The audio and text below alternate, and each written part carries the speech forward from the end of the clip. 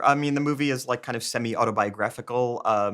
In 2008, my wife and I went to Poland to see where my family was from, and we wound up at this little house where my family lived, which we didn't know if we would find it because this was before Google Maps or anything. So we were basically just driving through Poland, like looking for this town, asking people, and so it was always in my mind that I thought it'd be so cool to shoot here. It's just such a beautiful country, and my family's from here, so there's a lot of like just emotional, fraught drama, but in my feelings about Poland, and it ended up just becoming like just a dream come true. And when I found out what the story should be, which is this heritage tour that these characters go on, I just thought it could be so funny and also emotionally resonant.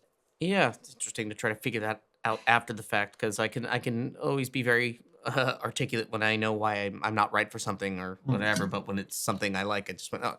And this was so immediate when I read it. I thought it was a brilliant script, and I had no notes, I had no questions, and I thought like I know how to get in there and do this. But I think it was just because if I'm looking back at it, I think it's just the nature of the character is just so unpredictable, and I felt like right away I understood who he was and what this dynamic was.